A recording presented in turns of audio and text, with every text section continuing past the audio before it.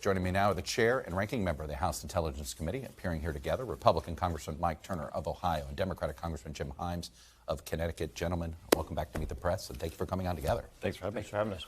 Before we start on this stuff, this train derailment overnight happened in your congressional district.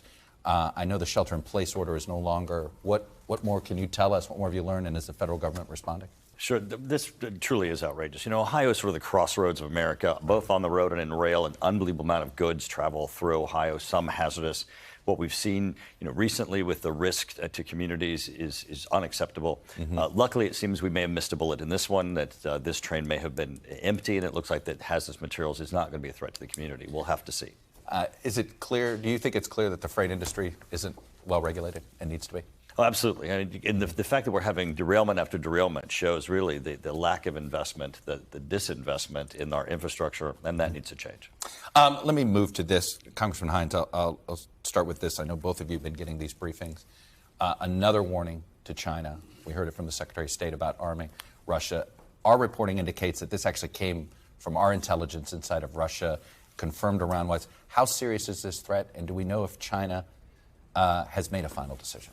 Well, no question it's a serious threat. We've seen the Russian military obviously come apart. The Chinese could reverse that in the same way that the Iranians are helping the Russians right now. I think the administration is doing the right thing by saying, don't do this. Now, it doesn't surprise me at all that there's a debate inside China about whether they should do this.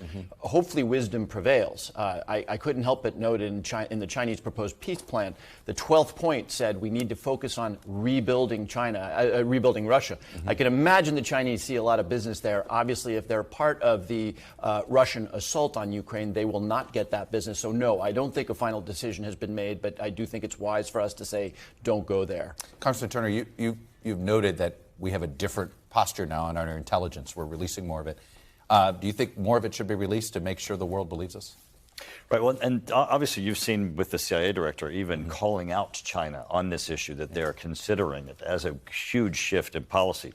And what we're seeing is the administration using intelligence to try to impact the outcome of policy, right? So they're not just saying we happen to know this and looking to hold someone accountable. They're trying to thwart them, to stop them from doing this. The problem with China entering this is because, you've got the West giving weapons to Ukraine. You've got Russia depleting their stores. We obviously, the West together, have an ability to impact Ukraine greater than Russia alone does. There would be an inexhaustible source of weapons if China in its production capacity supported Russia, and that would change the dynamic. What kind of intel do we have on the state of the Russian army, Congressman Himes? Meaning, we've seen some reports that they may be running out of munitions. They have some issues. What does our folks say? Well, so neither Mike nor I can get too deep into any particular intel, but, you don't need to get too deep into intel. Consider the fact that you see every single day on television, which is the entire Russian army cannot take a town that nobody had ever heard of a year ago, the town of Bakhmut. Now, Mike and I have been doing this long enough that we remember when we literally devoted hundreds of billions of dollars and much of our national security apparatus to this beast of a Russian military. Today we see that they can't, if even with the push of the president, Vladimir Putin, they can't take a town. That doesn't mean they're not still dangerous. They have nuclear weapons, but they are not what we thought they were. I want to play something. Sergei Lavrov was at the G20, Congressman Turner. And wait do you hear the reaction to something he said here? Let me play it. The war which we are trying to stop and which was launched against us using Ukrainian people, of course, it influenced the policy of Russia. There's nothing like being able to say the phrase, the world is laughing at them. Completely. The world is laughing at them. Spontaneously. What should the West use a moment like that for? Well, the thing about both Putin, Lavrov, and even Medvedev, although he's supposed to be the new face of a new Russia, come from an era where they controlled Eastern Europe. They could say things that were not true, and people believed them because they controlled information. Today, information can't be controlled. So the laughability of what they're saying, the ridiculousness of what they're saying, is easily exposed. All right, let me move to the issue of these classified documents. Nobody seems to be satisfied with what you got. Congressman Heim, does that include you? Were you satisfied with the briefing? So we have a lot more work to do. Look, I think as the leaders of the Intelligence Committee, our number one job is to make sure that the DNI, the FBI, whoever needs to do it, does everything they need to do to protect the sources and methods that might have been exposed were any of those documents to have been out in the wild. So there's a lengthy process to figure out that. And I can't speak for Mike, but I will tell you that though we have been briefed, we've got a lot more to do to make sure that the government is doing what it should be doing. Well, let me ask specifically, do you know what the Trump docs are? Congressman Turner? Do you know what the Biden docs are, and do you know what the Pence docs are? No, but there are some things that we do know. And first off, Let me stop there. No? They didn't share with you those things in a classified setting? Right. Why? Well, first off, in the things that we do know, one of the things we know is that the FBI is not being forthcoming. They're not giving us the information. They're claiming that it's going to affect the outcome of their investigation, which of course it can't, because the people who are the targets of their investigation know what are in those documents. Right. And we have the clearance and the ability to look at these documents.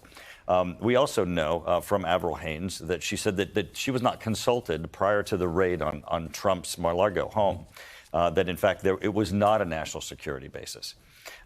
So as we go through this process, as they give us the category of the documents and their assessment as to who had access to them, who did not have access to them, we're beginning to build an understanding. But the thing that we know is that it's unbelievable that administration after administration is apparently sloppy and messy in their use of classified documents. And that's one thing on a bipartisan basis we have to address well beyond just this.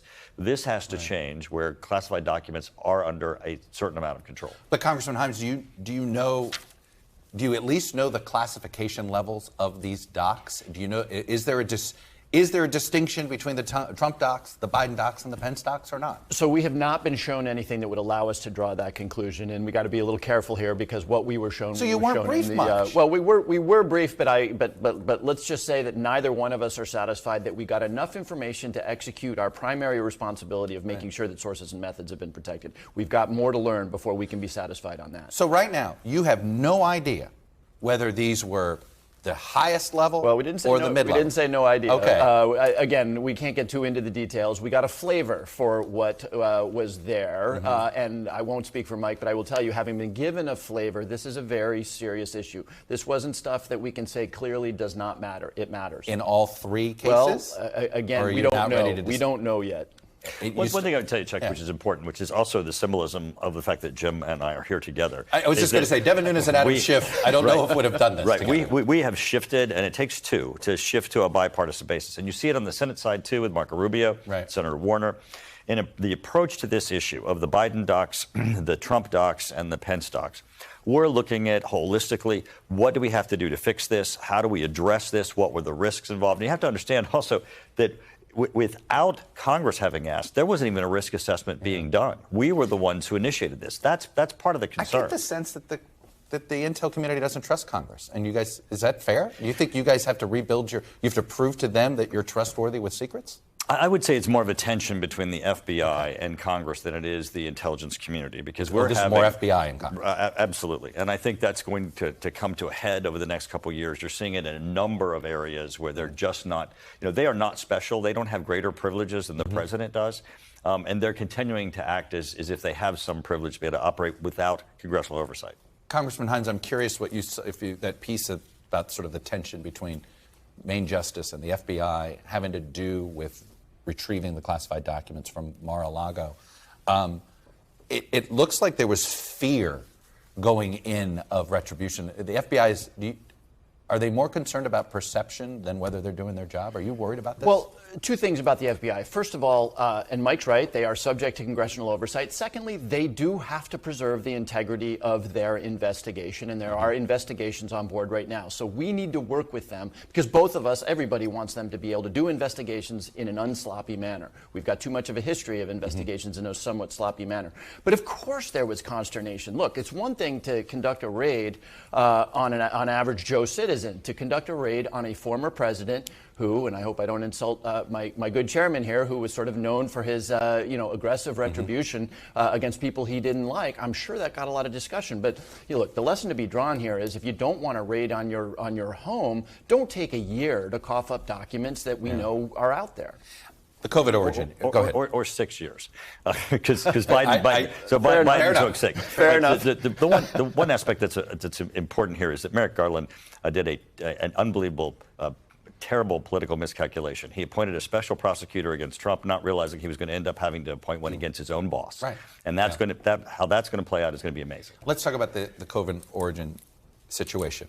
I think a lot of people were surprised to learn that the Energy Department had an intelligence agency. And in fairness, and I some of us know that it's true. They deal with our nukes. There's a reason for it. But a lot of people didn't know. But they labeled it low confidence. So how should the public take that? Well, it's not actually been released yet. These are all leaks that are reporting this. Great. So all the more helpful to messing up this story. So we will neither confirm nor deny that they actually said that. But let's assume that they did. In all of this, because there's no direct evidence, we don't have China admitting it, we don't have Wuhan lab handing these things over. All this is being assessed by looking at other aspects of the release. But I can tell you what one thing that's of great concern is that the 90-day review that was undertaken, where there was both a classified report and an unclassified report that came out from the intelligence community, in my opinion, they don't match. If you read the unclassified version and then you read the classified version, you would have thought that there would have been other things, other conclusions in the unclassified version. And I think that's what we're seeing now is beginning to leak out, is that there are people who are saying, wait, I disagree with the underlying conclusion of the unclassified version. Congressman Himes, we're told this is still a minority view, but the FBI director basically, it seems, to use the Energy Department leak as he wanted to go out there and he reaffirmed something that we had already known, that the FBI was leaning more towards leak. Yeah, look, I mean, you need to take a step back here. And just as Mike said, we have so few facts because the Chinese regime has obfuscated. Look, this is hard to figure out when you can do it in Atlanta at the CDC if something goes wrong. We have so few facts that inevitably different agencies are going to arrive at different conclusions. And when an agency slightly adjusts its interpretation, as the Department of Energy may have done, that doesn't mean that all of a sudden the government has a firm view. It may be forever before we actually know exactly what happened. Don't we need a 9/11 commission, something like this? I mean, isn't this We need the necessary? Chinese to cooperate. Don't we need something like this? Well, the Speaker, Kevin McCarthy, has appointed a COVID select committee that is bipartisan and is beginning this process. In addition, there is now a China select committee looking at really 360 the issues with respect to the national security threats of China. So those things are moving forward in Congress beyond just what our committee's doing and other committees of jurisdiction. There are now committees that are solely focused on just this issue. All right, Congressman Turner and Himes, this is terrific. I look forward to doing this quite a bit with you guys over the next year. Chuck. Thanks for watching our YouTube channel. Follow today's top stories and breaking news by downloading the NBC News app.